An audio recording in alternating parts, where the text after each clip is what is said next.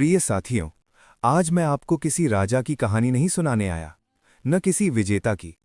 मैं आपको उस शक्ति की याद दिलाने आया हूं जो हर इंसान के भीतर सोई हुई है, और उस शक्ति का नाम है महादेव। महादेव कोई दूर बैठा हुआ देवता नहीं है। महादेव एक सोच है, एक चेतना है, एक जीवन जीने का तरीका है। एक स्थिरता का संदेश। शिव की सबसे बड़ी शक्ति। जब पूरा संसार हिल रहा हो, जब समस्याएं चारों तरफ से घेर लें, तब शिव क्या करते हैं? वे स्थिर रहते हैं, ध्यान में लीन। न भागते हैं, न घबराते हैं। आज हमारा सबसे बड़ा संकट क्या है? अस्थिर मन। थोड़ा सा दबाव आया और हम टूट जाते हैं। महादेव हमें सिखाते हैं, हालात बदलते रहेंगे, लोग बदलेंगे, पर अगर तुम भीतर से स्थिर हो तो कोई भी तूफान तुम्हें हिला नहीं सकता। 2. विष का अर्थ। दर्द को कैसे संभालें?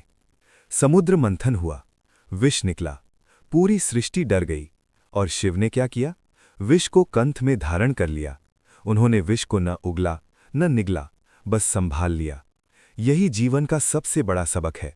दर्द आएगा, असफलता आएगी, धोखा मिलेगा, पर उन्हें अपने स्वभाव को जहरीला मत बनाने दो।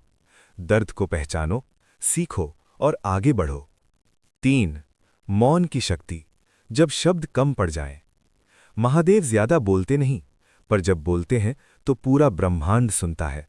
आज हम क्या करते हैं? हर बात का जवाब देना चाहते हैं, हर आलोचना पर लड़ना चाहते हैं। महादेव कहते हैं, मौन कमजोरी नहीं, मौन ऊर्जा है।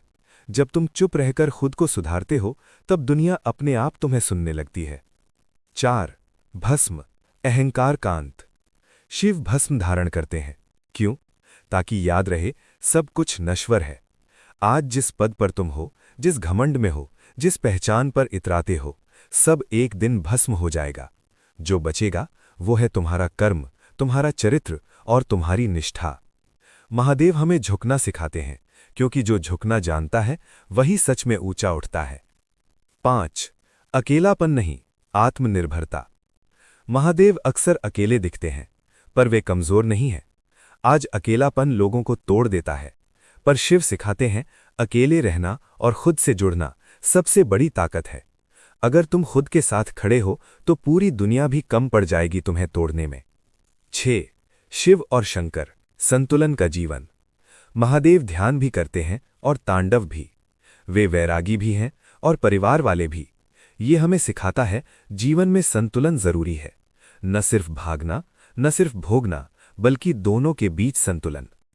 7. असफल का अंत नहीं, संकेत। जब जीवन बार बार गिराता है तो याद रखना, शिव संहार के देव हैं।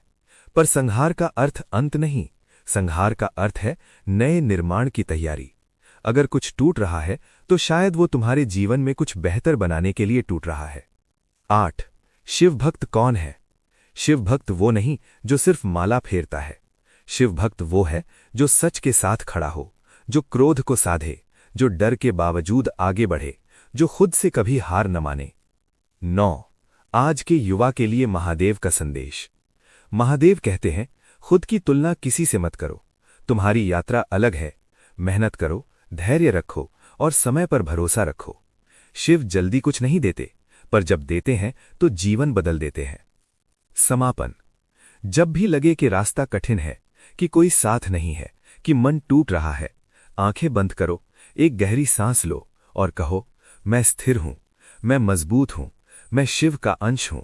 और याद रखना, जो खुद पर विश्वास करता है उसके पीछे स्वयं महादेव खड़े होते हैं। हर हर महादेव।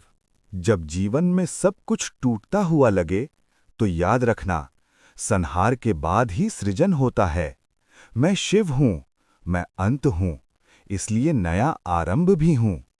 यदि तेरा जीवन तुझे तोड़ रहा है तो समझ ले, वो तुझे गढ़ भी रहा है। लोग तुझ पर उंगलियां उठाएंगे, तेरे धैर्य की परीक्षा होगी, तेरी चुप्पी को तेरी कमजोरी समझा जाएगा। पर मौन रखना सीख, क्योंकि मौन में ही सबसे बड़ा सामर्थ्य छुपा है। मैं भस्म धारण करता हूं ताकि याद रहे, सब नश्वर है। पद, पैसा, अहंकार सब मिट जाएगा, बस कर्म और चरित्र बचेंगे।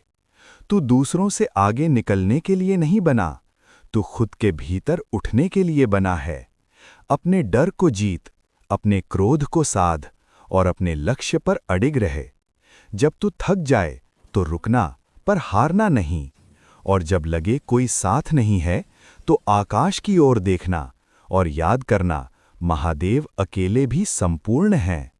जो खुद पर विजय पाले वही सच्चा शिव भक्त है।